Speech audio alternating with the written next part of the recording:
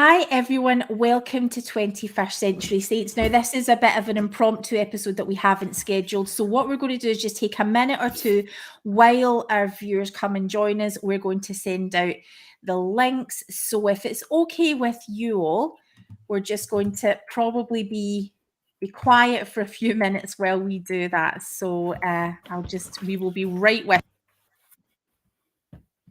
And we'd also ask if you are able to share, please do that.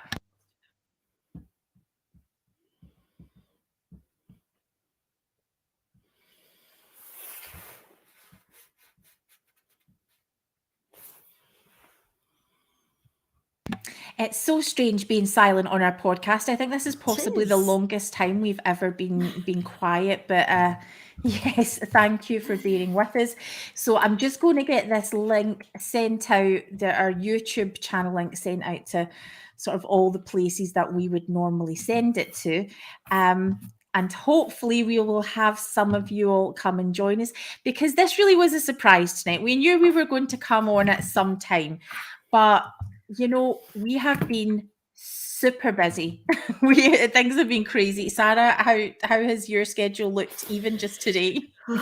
Today has been manically busy, but it's the last sort of few weeks of my life seem to have been so busy, and it's taken me hours to get around to phoning somebody, because every time I try to phone them, I'm on the phone to somebody else or I'm on a Zoom call to somebody, and it's predominantly about safeguarding and church and things like this. Really, really busy. It's crazy how this has turned into a full-time job and then some. It's just we hadn't anticipated this. But you know, we're passionate about it. This is really important to all of us. So we're not only really happy to be doing this, but we have lots to tell you. There have been, and we've been promising you this episode for quite some time. So we really appreciate all of the donations that we've been receiving, and we had wanted to tell you how we have used those donations. We've also wanted to share you know, what we've been doing just in general with your support, and what kind of difference your support has made to the work that we're doing. So I'm almost done sending out a couple of links. So if you guys are on social media, I'd love it if you helped and put that link out too. So, okay, we have a few people here. So what we're going to do is, you know, we do have lots to tell you about. We're just going to get started. And for those of you who are watching later on, we just want to say it's great to have you with us. As always, I am your host, Jane Christie. This is 21st Century Saints, our podcast and live stream for members and those affiliated with the church here in the United Kingdom and around the world. My son is demanding attention from his father. This is what our podcast looks like. It's real life. We have families, they come and interrupt us, and that's okay, because we podcast from our kitchens. Sarah's out in her garage. Are you freezing, Sarah? Actually, it's not too bad, because the heater has actually been left on for the last couple of days. So our shed, which is very, very luxurious, I have to say, is actually for once warm. I love it. We might not be able to pay the electric bill at the end of the month, but the shed is warm. So our co-host, Queen Sarah Elizabeth Delaney, is right here. Do you want to say hey? Hi everybody. Yep, we're here back to talk with you again about our favourite topic, which is the church. And we have lots to talk about tonight. So some of this is going to be a little bit of a flyby. Some of this is going to, you know, we can possibly ask more questions if you all have any in the comments or in the show notes. We do love to hear from you. Some stuff we're not going to be able to say much about, but we just want to give you a sense of what we've been doing. So if you're ready, this is what 2022 has looked like. So you all remember quite a while back now, it was sort of towards the end of the summer, we had created an open letter. And that letter was basically asking the Church of Jesus Christ of Latter-day Saints formally to do safeguarding. Now, we had some incredible people co-sign our open letter, so it's still on our website, 21stcenturysaints.org, which I am going to send. I'm going to put a link out to in just a second. Sarah, can you remember some of our co-signers? Also, co-signers, we had Nemo the Mormon, Peter Bleakley, Lynn Bleakley, Dr. Julie Hanks sent a few that said she wanted to sign. We had Natasha Heffler signed, Radio Free Mormon, John DeLynn. All the cool kids. All the cool kids on the block. All the cool kids. All the people that actually were prepared to say, do you know what? We're really concerned about safeguarding, and we actually want to show you that we support safeguarding, changing and developing. So people that have got any insight and understanding of what's happening around abuse within the church were coming forward and saying, we totally support you. It was interesting that we had a lot of people offering support, but saying they were really anxious about their name appearing on a letter because they were worried it would cause some problems with their bishop or stake president. And we kind of don't think it would. Our experience is it wouldn't have that impact. But people, we have said, if it doesn't feel safe for you, then don't sign. So far, our co-signers, and we say so far because it's still an open letter, an existing document. And so we don't only want podcasters and academics and people who work in this space to sign the letter. It started off that way. We wanted to all sign it to kick things off. So yeah, we are now taking names, and if you want to add your name to this open letter, then please just get in touch with us on the website or on social media. Just let us know you want to sign and we'll add your name.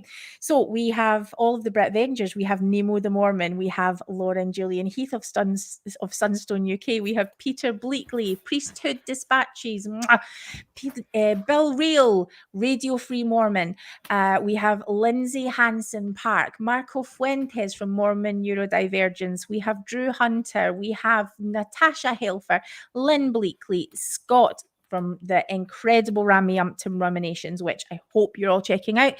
We have Maven Brody, Katie Moore, Brian Brice.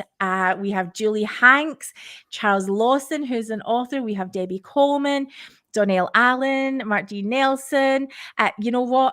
I am going to stop right there because the list goes on. So thank you all so much for signing so far. We also have one of the other things that we've done this year is the petition. So that's currently up at the moment. Still, we would like to invite you still to sign it. We're still looking for names yet. I'm just going to put that link out in the chat. It's so weird not having Alana here because I've relied on Alana over the past few months for doing comments. So I'm trying to I'm trying to sort of squint and I'm too big to wear glasses. While we're on talking about the open letter, Jane, before we move on, please I think it's really important to say, even if you are not a member of the church, whether you're disaffiliated from the church, whether you're an ex-mo, whether you've never been a member, whether you're a member of another faith community, you don't have to say what faith community, you don't have to give too much information, but you can sign the letter if you agree with the content, which is around safeguarding children. If you agree with our proposals and our requests, then you are really welcome to sign that letter. So we've had no formal response from our open letter, which unfortunately I'm sure comes as no surprise to most of our audience. Now, what we did get to do, again, thanks to donor funding, was we got to hand deliver that letter. We've delivered it to members of our area presidency. We've been able to travel a little bit to do that. And it's always been received with grace and appreciation and positivity, but we don't have a formal response. So then we have the petition. As I said, we also, now this is something we're going to just mention and then come back to. We have template letters on our website. Now those template letters we put up there so that we could suggest ways we wanted people to contact their bishops and stake presidents, MPs, to ask about safeguarding in their local congregations. Now there were templates for members, there were templates for non-members, there all sorts of whatever you stood, templates, but if you have a child in the primary youth programs, and then if you don't. So there's a whole variety there. And we're going to tell you a little bit more about that in a minute. We also constructed a website. Oh my goodness, it's a bit rough and ready, right? But I managed to get most of the information that we have up on the website, and there's a lot still to go up, but the vast majority is up there, and that's saw an incredible amount of traffic. Having the website alone, thank you to donors who allowed us to be able to do this. Having the website alone has allowed people to contact us who wouldn't normally have been able to do so. So thank you so much. We also, this past October, we presented at Sunstone. And we talked about blessing journeys. Now, we still need to record that and share it with our audience here, because we're hoping that you guys might have fun. There was a lot of Scottishness about it, and we really drew on our Scottish roots. So we were talking about blessing journeys in digital spaces. It was really, really empowering, and yeah, quite emotional in a lot of ways too. So thank you to everyone who supported our presentation, and we hope to be able to get that recorded for you very, very soon. Now, we also at Sunstone UK this year hosted a panel on LGBTQ issues. And that panel, surprisingly, a lot of what we discussed was around safeguarding. So that was something that we got a lot out of. We're also delighted to say that the panel itself and what we discussed was something that was of great interest to many leaders and members. And we've been asked to sort of provide more information about some of the things that we discussed. In addition to that, this is where I think the bulk of our work has been most recently. So we've been working with individuals who have experienced some form of abuse within the church. How that has looked, because obviously, we're just podcasters. We're just women with microphones. As much as we work in this space, we are not best placed to offer support. So one of the things that we do is to signpost. Sarah, do you want to maybe talk about what support has looked like for us? What happens when someone reaches out? I think it's looked like a range of different things based on the need that the person come into us. Some people have been very clearly in need of therapeutic support and recognising the need for therapeutic support, either for themselves or for a family member or a friend that has been abused. And we've been able to link them in with services, give them information about various therapeutic agencies, services that specialise in that area. And that's been really useful to be able to do that, to be able to say, hey, listen, talk to these people, give them a call. We can help you phone them. We can get in contact and ask them to call you, where that's kind of an okay thing to do. It's not always. We've been able to look at health issues for some people. Some people have come forward worrying about health, worrying about things that they've neglected because of abuse. For example, it's not unusual to have conversations with women that have been completely unable to go and have a cervical smear because it triggers feelings of abuse for them. And we've been able to have conversations about how they can access healthcare for themselves and look after that part of their life. We've been able to talk to people about legal services. There's a range of legal services that people need post-abuse, and that might be, they might need to talk to the police, they might need to talk to a solicitor, they might need a solicitor for a range of reasons, they might need legal advice on what do I do because I've been abused, they might need legal advice about being rehoused, being an injunction order, a restraining order. They might need to understand the criminal sentence that's been given to an abuser or why there's been no criminal prosecution. They might need to get some advice to help them understand that. They might need to talk to victim support services because there might be a prosecution or police investigation going on. So there's been a wide range of services across a whole spectrum, sort of health, legal, mental health, therapeutic work, family support. Sometimes there's couple of people that have been really having problems with drug and alcohol abuse as a result of trying to cope with trauma and self-medicating to manage the pain of trauma. And it's been really positive to try and for us to kind of find out who the appropriate agencies are for them to talk to. So kind of really across the board. Now, one of the things that I have been most struck by is a lot of the times people are looking for something pragmatic. They're looking for some action or something to happen.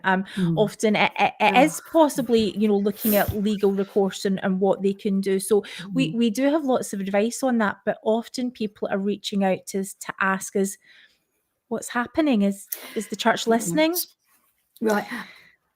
Please, Sarah, go. And I think that's a very difficult one, isn't it? We're asked all the time, what are the church doing about safeguarding? What are your leaders doing about safeguarding? And it's embarrassing, it's shameful, and it's very difficult to say over and over again, well, this is what we're asking our leaders to do. This is why we're asking them to do this. And to find that you might have individual leaders that want to do this, but they don't feel they've got the power, the capacity or ability to do that until the area presidency give them permission. And so they're sitting around waiting, and we're going to talk about that later. Yeah, we're going to talk about that, because we are going to tell you what we know up until this point that the church is doing. We're just about to have a conversation about it. Now, I appreciate that what we're talking about is serious stuff. One of the major issues that we focus on as part of safeguarding, the LGBTQ community are one of the protected groups. They're described as one of the vulnerable groups, according to the UN description of what a vulnerable group, what a vulnerable person is. And we obviously are coming to the end. We've come to the end of the Football World Cup. Now, we know that Qatar has a terrible record on human rights for LGBTQ individuals. We also know that the church has played its part in not always being the place that the LGBTQ community need it to be. The church isn't always a safe place. So in light of the fact that as people who are affiliated with the Church of Jesus Christ of Latter-day Saints, and that we're having this big worldwide moment of the World Cup, we decided to host the World Cup of Christmas movies. So a little bit of Christmas joy while we encourage you to make a donation to Affirmation. Any donations that we receive in this month are going to be forwarded to Affirmation, which supports LGBTQ families who are affiliated with or adjacent to the Church of Jesus Christ of Latter-day Saints. At the moment, the final two movies and this final is Elf versus the Muppets. Now, it looks like we know who the winner is. If you want to have your say in this poll, you can find the poll on YouTube in the community tab, or if you go onto our Facebook page, you can also comment. So we are going to announce the winner at the end of this show. That will be our final update of the year. And like I say, we encourage you while you vote, please donate to Affirmation. Okay, back to more update stuff. Okay, so yeah, we've been working with individuals. We're also working in an interfaith setting. We're working with other organisations, charities, and faith groups on safeguarding, and just sort of in general. This Tuesday, I'm going to be able to go to the Scottish Parliament to be part of a rally there. So we're doing that as 21st Century Saints.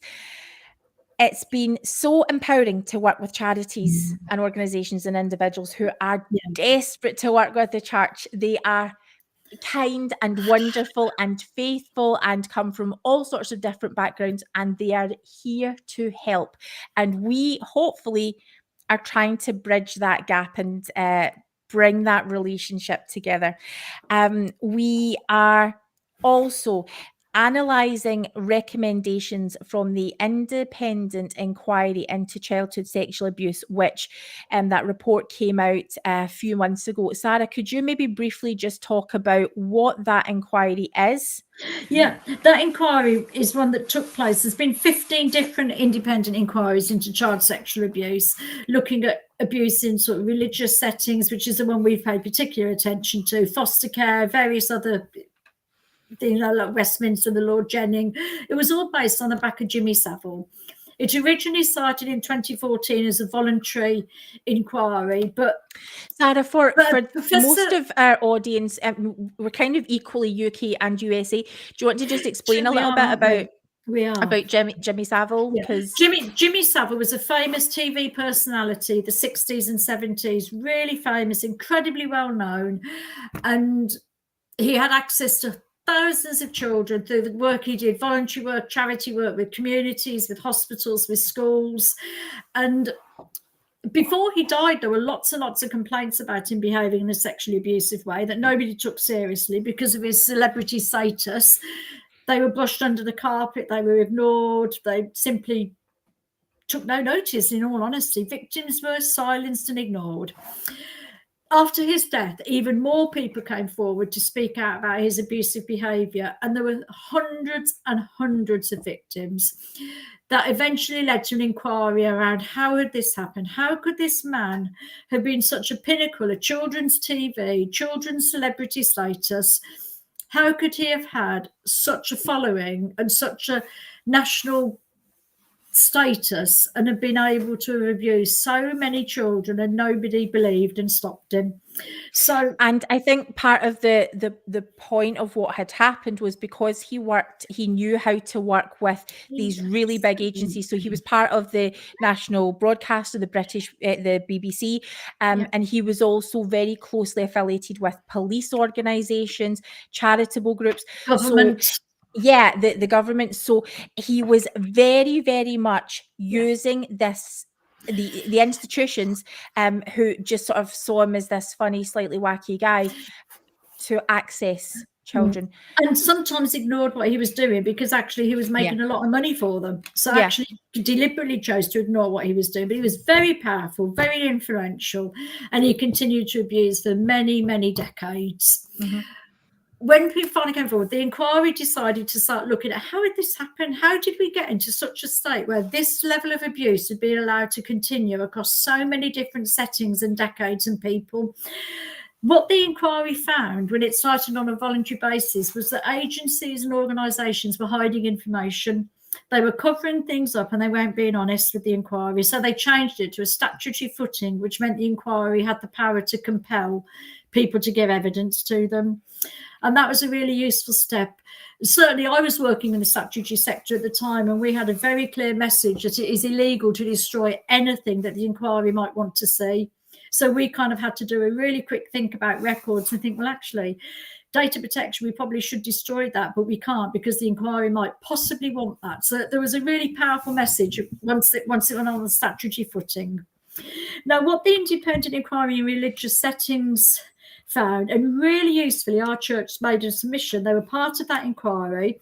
They attended it. It's a matter of public record, so we will put the link in the show. So if anybody wants to go and read it, have a look at it. If you go into the search bar at the top of the report and put in Church of Jesus Christ of Latter-day Saints, it will bring up every time the church is mentioned or every time anybody from the church speaks and addresses and answers questions to the inquiry.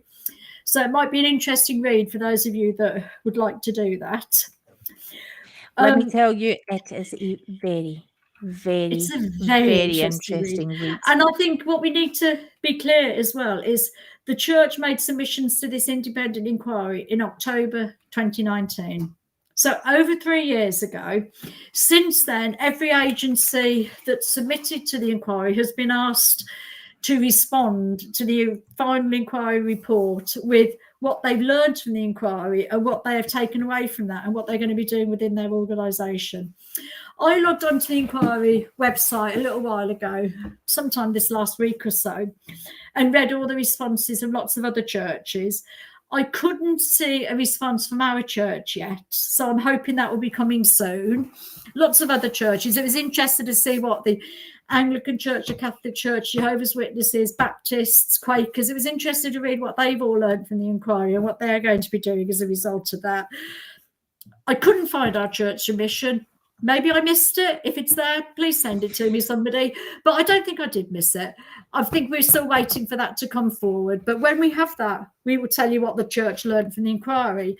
Meanwhile, we can tell you what everyone else has learned from the inquiry. Exactly. So we are going through that inquiry itself, the recommendations, all of the testimony. Like we've mentioned, the church gave evidence in that, and we're waiting for the response. Now, the testimony given by the church representative to the inquiry is, like we say, it makes fascinating reading. Now, we have also been asked, and this is something we're super excited about, we've been asked to give a presentation about our work to a national conference on abuse. Now, we are very excited to be doing this, and in preparing for this, we've been very busy and lots has been happening. I'm going to come back to that in a little minute. Now, what is the church currently doing? Because we've been asking all of these questions. We've been able to sit with people who are part of the decision-making process within the church. We've had fantastic conversations with leaders at a local level, leaders at a national and area level, and we are really thankful for their time.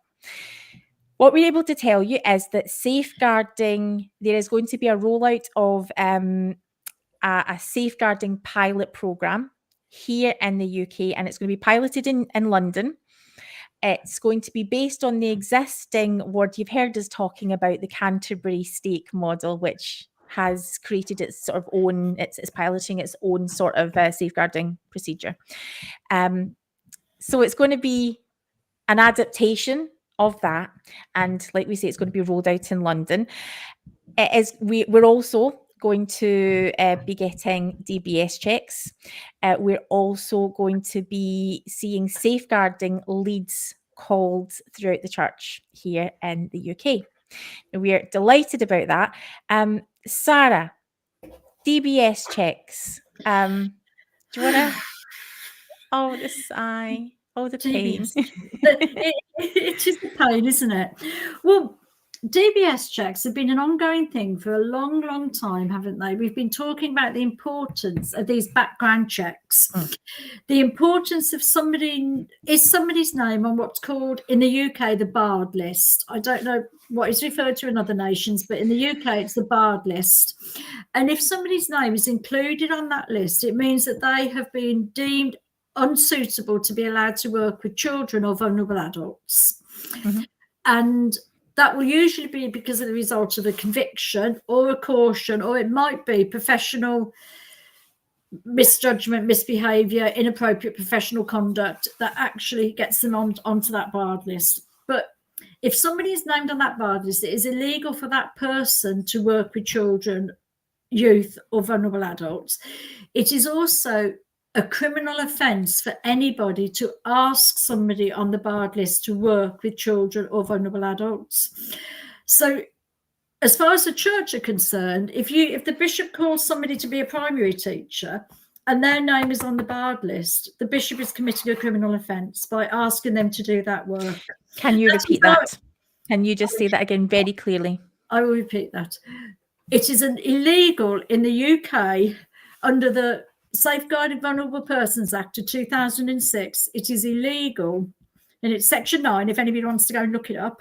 It is illegal for a bishop to, or for anybody, not a bishop, anybody, to ask somebody to undertake employment or voluntary work with a child or vulnerable adult if their name is on the barred list. It is a criminal offence. Now, that is our absolute best understanding of the law. If somebody can come up to us who's a lawyer and say, actually, you've got that completely wrong, then please come and tell us. And tell us. Let me just tell you why where we get this from, what the source is. We mentioned the independent inquiry into childhood sexual abuse. The church says that the church representatives say there that the person who's responsible for safeguarding in the ward is the bishop. So a breach of safeguarding would make the church has said it's the bishop who's liable. And what we tend to hear from bishops and state presidents is we're waiting for the church to do something. Yeah. But the testimony has made it very clear, very clear. Now, what we're doing is we're getting all of that. We're seeking more clarification about it, but it's a very clear point that's made. So tell me something, Sarah. I know you've got a comment to it, but I'd also like you to include within that, What would happen if a bishop unknowingly, completely unknowingly, asked someone to work in a calling where perhaps their companion or they're visiting a family, if they're in a situation where they have called someone to work with children and they're on that barred list, what would happen? What could happen? Well, potentially, what could happen is there could be a criminal prosecution of the person who asked somebody to do that work. Potentially, there could be prosecution. That's not to say there necessarily would be, but the law allows for that to take place. The law allows that if it was seen that they had done that. And what does the fine and maximum term look like? Well, I'm not sure what the maximum fine is, but the punishment is a fine or 5 years imprisonment. So we actually are trying to say to the church, you have made a matter of public record by saying to the government inquiry, and it's now a matter of public record, that the person responsible for safeguarding an award is the bishop. Now, I don't know if every bishop in the UK is aware that they are fully, completely responsible for safeguarding. The church also told the inquiry that bishops have a significant amount of local autonomy. Now, I don't really understand that statement. I'm a bit confused by it, because we're saying that bishops have got a lot of local autonomy, but actually when you speak to a bishop and say, I really think you should start doing DBS checks, this is how you can get these checks accomplished, this is how much it will cost you, this is why you need to do them, and these are the consequences of not doing them, the most severe consequence being a child is abused by somebody who's known to pose a risk. When you actually mention that to a bishop, they say, oh, I'm not allowed to do anything until the stake president tells me. Stake presidents will say, I'm not prepared to do anything until such times as the area presidency say you can do it. So you've just got this kind of brick wall where a stake president will say, I'm not going to let my bishops do that because the area presidency haven't authorised it and haven't agreed it. You've got bishops who are saying, well, I can't do it because the stake president won't let me. And we're saying we have got victims pleading with us. When are the church going to take safeguarding seriously?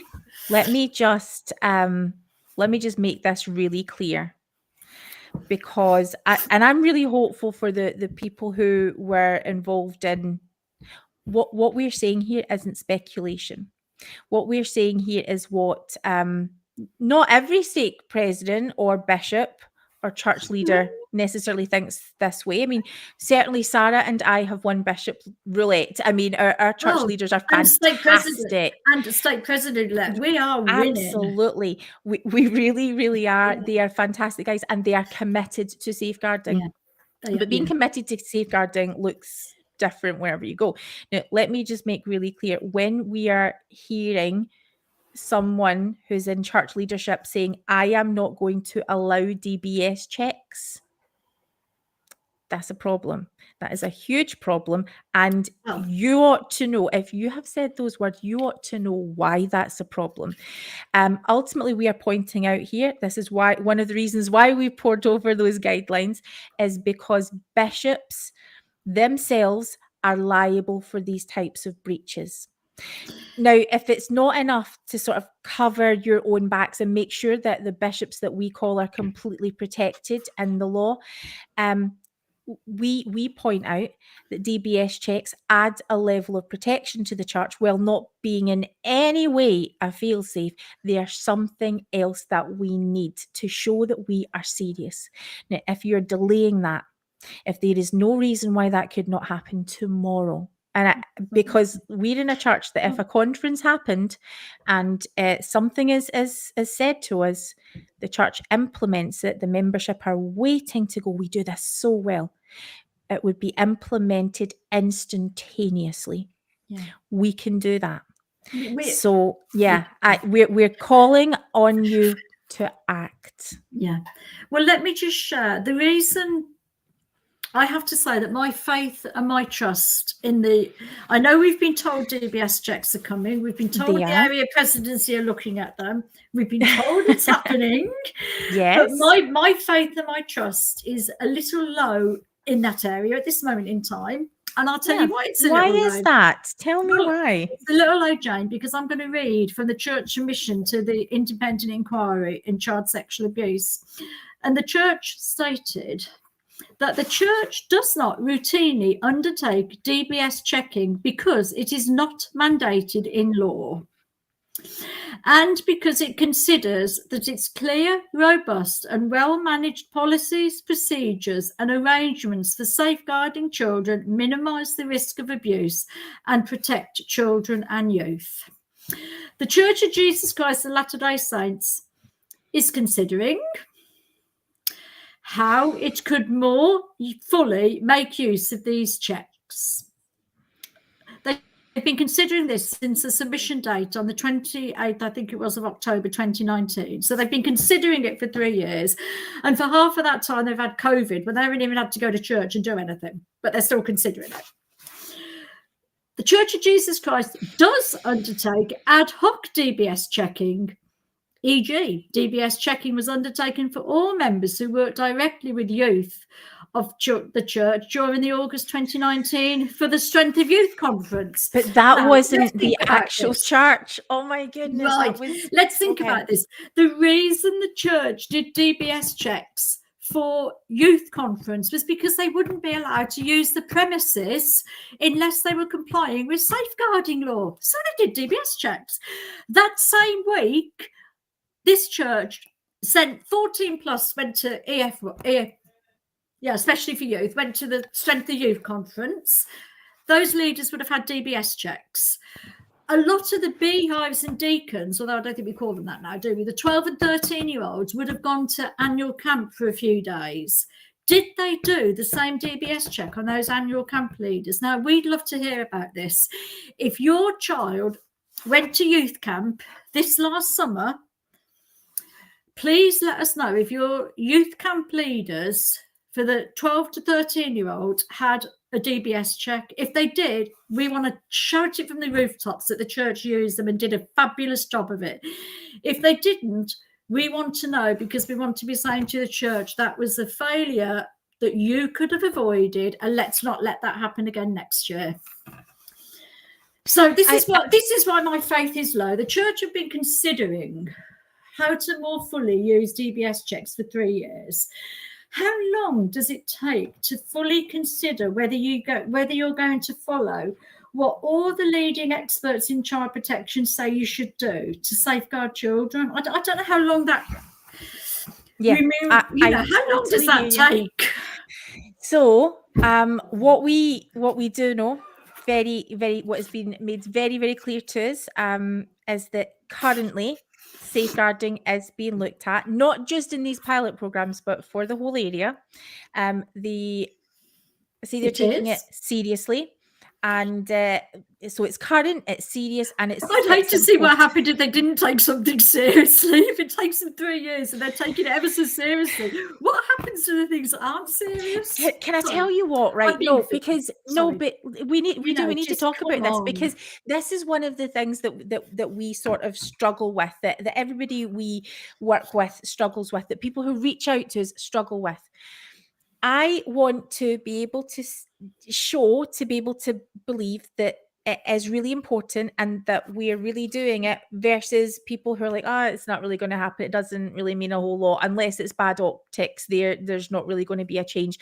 And also that if we push too hard to safeguarding, then the church will just say no, just because they don't like that.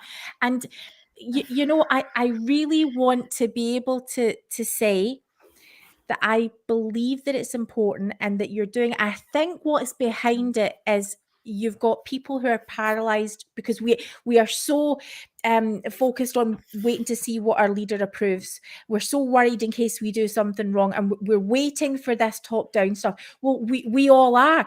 And like I say, the day that we wait for revelation to come on increased safeguarding, we'll have a party. But meanwhile, you are responsible if you're a bishop right now. And meanwhile, you're responsible if you're a member who's showing up and is sustaining someone who's called in to be primary president and has no idea if that person as a suitable person, but does the name appear in the barred list? Can I really sustain someone if that's the case? So we have all of these questions. I think there is a real will. I think it is important. Every single person we've ever spoken to in leadership unanimously has stressed that on a personal level, it is very, very important. That needs to convert to something. Sarah. We do also, though, have more good news. So today, safeguarding, you want to mention something? Well, today, the first safeguarding lead for a ward was called, that we know of, the first person in the UK. If you know of somebody else who's already been called as safeguarding lead within their ward, please tell us, because we don't want to get this wrong. So if lots of other people have been called to that capacity, then tell us so we can share that good news. We're delighted. But we are delighted. But today we know that there was a ward in the UK where a safeguarding lead was called. That's fabulous, fabulous news. The independent inquiry did recommend that in faith communities, a woman should always be called a safeguarding lead, because there was felt to be where there was gender inequality or an imbalance of gender power or any gender disparity whatsoever within faith communities, then that became an additional barrier to reporting. So they did recommend it should be a woman, but we will live with it. Okay, you could call a woman, you can a man, you call whoever you want. Don't care who you call, just get somebody who is qualified, experienced, and knows what they're doing. But absolutely. But the most important thing that a safeguarding lead needs is absolutely a commitment to vulnerable people, but they also need to be prepared to put their head above the parapet and say, this is unacceptable. This is what has to happen. We need to do away with people that aren't prepared to stand up and be counted when it comes to leadership positions, when it comes to as important things as keeping our vulnerable people safe or making sure our LGBTQ community is safe. We need to really have people in place that have got the courage to do that. And I think that's the thing to keep in mind about what we're doing is we want to celebrate and highlight. We want to emphasize good practice where it's happening in the church. I want to talk about that. Sarah wants to talk about that. What we will do, though, is we'll keep telling you how you can be better. So we celebrate 100%. The win, but we're still going to keep mentioning that. So we are celebrating the win of leaders that will listen to us, leaders that will give us time. We celebrate the win of a safeguarding lead having been called. So the rest of you, stake presidents, bishops, think about it. Who have you got? Who have you got who could be called to assist you with your safeguarding responsibilities? Now, let's also make it really clear in the language that I just used there. We're not talking about a win for 21st century saints. No, we go on about this stuff all the time. We're talking about a win for safeguarding. We're talking about a win for vulnerable people, and for the church organisation. We are always going to seek best practice. We've been doing this podcast. We have lots of things that we want to talk about. Safeguarding is one of them. A huge important part, which is one of them. So this is not about us. Okay. Next year, we as 21st Century Saints are very excited to be taking a sort of more full role in volunteering with Sunstone UK. So we are really excited to be stepping up and being able to support the work there. That's something that we're hugely excited about, and dates for that will be going out pretty soon. So get your calendars ready. We're also really excited to support Thrive UK. We know so much good work has been done in Thrive throughout Europe. We are very, very hopeful that we are going to be able to have a Thrive Scotland. So watch this space. If you want to come and visit the place where you will be healing in your soul, come visit, and we will show you how to party like Scots people. We're going to continue to be working with the incredible team that is the Brit Vengers. And if you are keeping your eye on Mormonism, Mormon podcasting, you know the incredible work that's being done by members of the Brit Vengers. If you need a prompt, go check out Nemo the Mormon's work. But we've got lots of things happening there, including we are going to be working, I think, just next week with Priesthood Dispatches on his end of the year show. I believe that's still coming up, still to be announced, but we're going to have tons of fun. And of course, the pantomime. What is it? Cinderella? Cinderella. Looking forward Cinderella. to that. And Looking forward to that. Yeah, narrated by Radio Free Mormon himself, who, this is going to be glorious. We, throughout next year, our podcast will continue to focus on more issues. We're going to be interviewing more guests. The first year we had a lot of guests on while we were sort of finding our feet. This year we've had a lot to say ourselves. Next year we're going to be getting back to hearing some of the voices that influence Mormonism the most, and to be able to inform members and those affiliated with Mormonism here in the UK about what's happening and some of the different perspectives across Mormonism. So what we're looking to do is to have Safeguarding Sundays, and I think the first Sunday of every month will be we'll be focusing on this project. And we hope for good news all the time. Oh, please keep us informed. But we're not done. We have got so much more. Okay, safeguarding posters. I thought we could run through this in 15 minutes, and we've just had so much to tell you. So we're going to step it up a little bit. Yeah, let's step the pace up. Posters, safeguarding posters. Fantastic. Again, we've actually seen a really good response with stake presidents, bishops being willing to have these posters up. I'm aware a poster went up in a ward today for safeguarding, which is fabulous news. What we need on those posters is what to do if you suspect a child is being abused, some agencies where people can seek help if they need help, they're being abused, they have been abused, and how to contact the local authorities to report abuse. We need that information on those posters, and we need them to be big, not little, big posters, laminated. Look as though we're taking it seriously, folks. That's part of safeguarding. And let me just make it really clear. If you need one in your ward, they should be in every ward. You go into any building in the UK and they are all there. If you need one in your ward, get in touch with us. Yeah. We will send you the information, some images of what it could look like. Not only that, if you need help to physically put it up, Sarah will even come and do it for you. Right, Sarah? I will. Invite me to your church and I'll come and put the poster up for you. Because you won't be the first church where Sarah will have personally. You won't be the first church where I've done that. She is passionate, people. She will come and do that if we need to keep our children safe. We also need to encourage people to carry on with writing letters, because they are getting a fabulous response. Very particularly, we know the church are taking note when an MP is writing to them. Exactly what I was just about to come to. So that's something that's really important. Sarah, it's up to you how much you want to talk about this, but I feel it's important to touch on.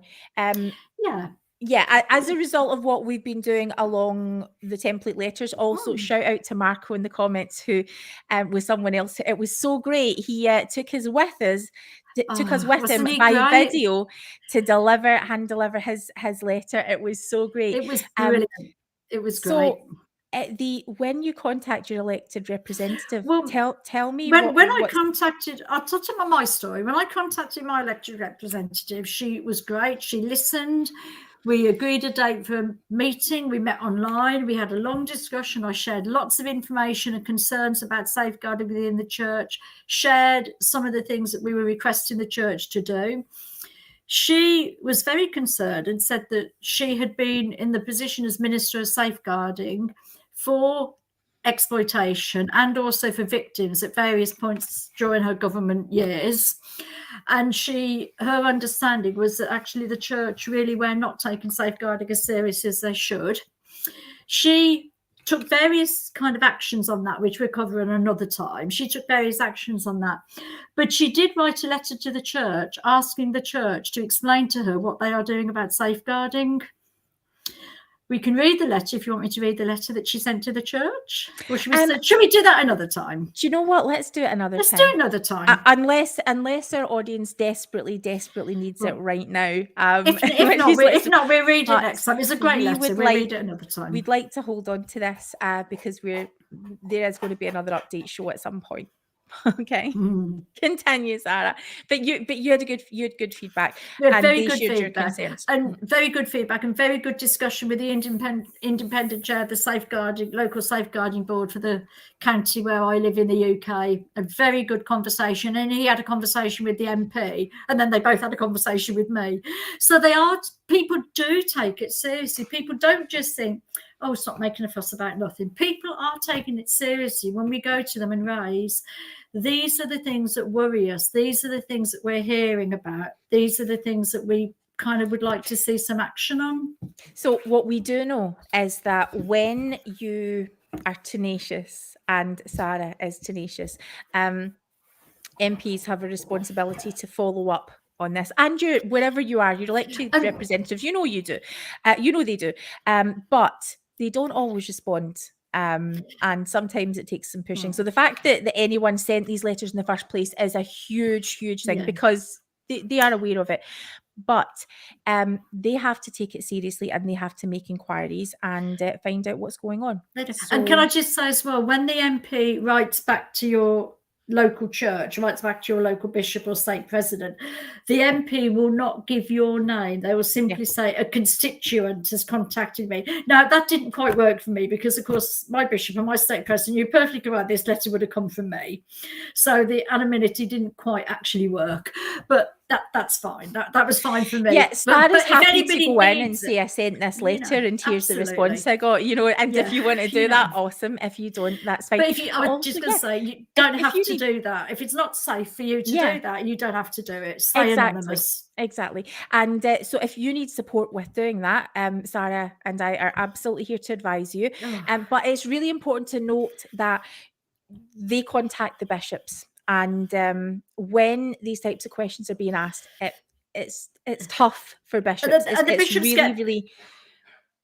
Yeah, sorry, Sarah, we've just kind of lost you a little bit there. It does throw the bishop into a panic, and your heart does.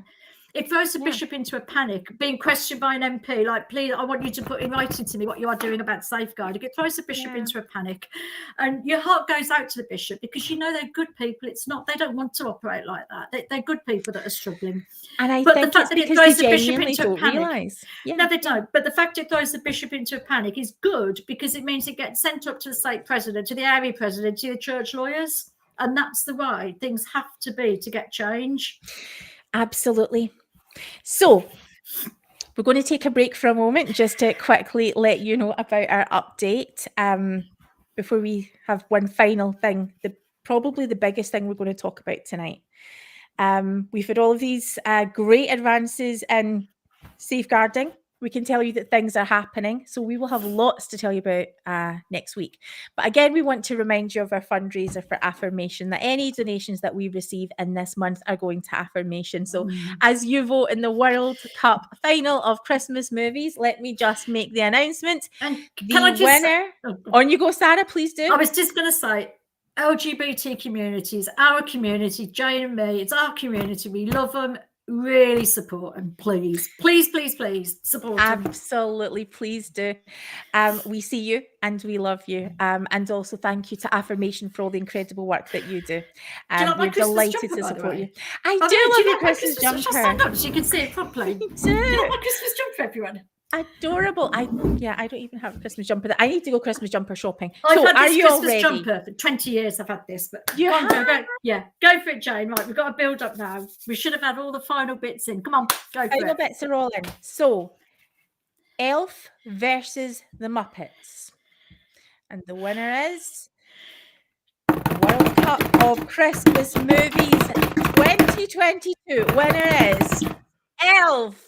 And I have a very happy boy. Is Ronan happy? Is Ronan happy? Delighted. I think there would have been absolute anarchy if it had went another way. Thank you so much to everyone who voted throughout the rounds and everything. And we really appreciate you. And we'll let you know how much we raise over the course of the fundraiser for affirmation. Now, finally, we acknowledge that lots of things are happening within safeguarding here in the United Kingdom. With that in mind, earlier we mentioned the fact that we have been asked to speak on to a national conference about our work in safeguarding here in the UK, and that will be in the first half of 2023.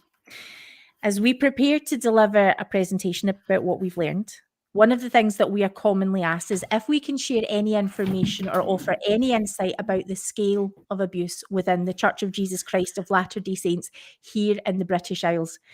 Now, while there is some accessible data, I'm going to refer you again to that IICSA report. Yeah. It's a very woolly thing. I'm just going to leave it as some accessible data. There was Sarah,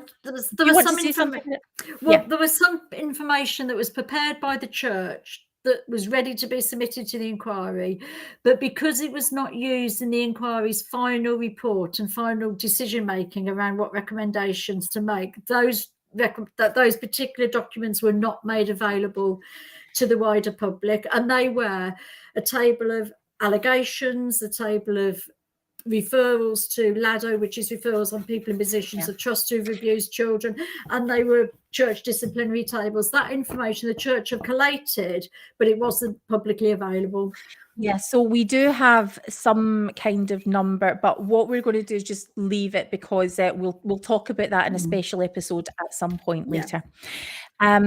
So while there is some accessible data, which we're going to talk about in a future episode, abuse is particularly underreported in faith communities. It's a very complicated and cloudy picture.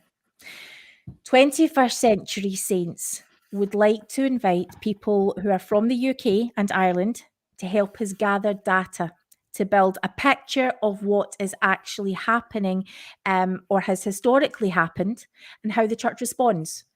Now, we'd like to know about successes as well as failings, but most of all, what we'd like people to do is to share with us what they've experienced or what they've witnessed and help us to build a picture of what's happening. Now, we're interested in the whole spectrum of experiences, which may include bullying, gender issues, putting financial pressure on vulnerable people. We're at tithing settlement time of year. Sexual abuse, online abuse and grooming, racism, LGBTQ experiences, anything that could possibly come under the category of what you would consider abuse or what someone else may consider to be abuse. That's a very, very wide range of potential experiences there. Now, we want to hear about abuse that might not have happened in the church, but where you receive counsel from church leaders about what you should do. We also want to hear from you if you haven't directly experienced abuse yourself, but you might be aware of situations where in your own ward or in your own stake or in your connection, your world, where you know that others have experienced abusive situations, and that's going to help us build a picture. We formally want to invite you to contact us direct. We're both on social media. If you want to do that, or if you'd like to do it through our website, you can be completely anonymous. Your messages will be completely confidential and your stories will be held sacred. Now, to speak to us or for more information, please reach out, and we ask that you consider sharing when we post about it on social media, or even this live stream or podcast episode. If you consider sharing this with others where you feel that you're able to do so. We're going to share more details about that conference as soon as we can. And in the meantime, if you need any support with the issues that we've spoken about, we will put some links down in the show note to organisations such as Rape Crisis, the NSPCC and Samaritans.org. So yeah, we are here to be able to answer more questions if you have any, but we want to formally invite people to come forward. Now, we know that that's a big ask, especially as it comes around Christmas and there's a lot going on. It can churn a lot up. So please understand and be reassured that your stories and your experience and what's right for you is the most important thing right now. We have, before we have even started this work, had many people come forward. We've already got we're all ready to be able to sort of make comments on some of the data and what that looks like. So yeah, we invite you, and we will responsibly signpost you if you feel like you need further information. So thank you so much for tonight. Sarah, before we head out, is there anything that you want to say? Is there any final comment you want to give? There isn't. There's no comment. Just keep doing what you're doing to support the work of safeguarding. It needs people to speak out. And we're going to put the statement that I just read up on social media pages. So please consider whether sharing it is something that you're able to do. Thank you so much to all of our donors in 2022 and since we've begun. We appreciate you. I hope that we've been able to demonstrate in some way how we've been able to use your donations. We'd ask if you would like to keep donating to us. We've got our link in the chat notes on our social media pages. You can donate to us very, very simply at 21stcenturysaints.org. We thank you, and we wish all of our audience a peaceful Christmas, and we bless your journey. If you need us, we are right here. Thank you so much. We love you. Good night. Have a good Happy night. Christmas. Happy Christmas, everybody. And thank you for all your support. Your support means the world. So thank you. Good night, everyone. Good night, everyone.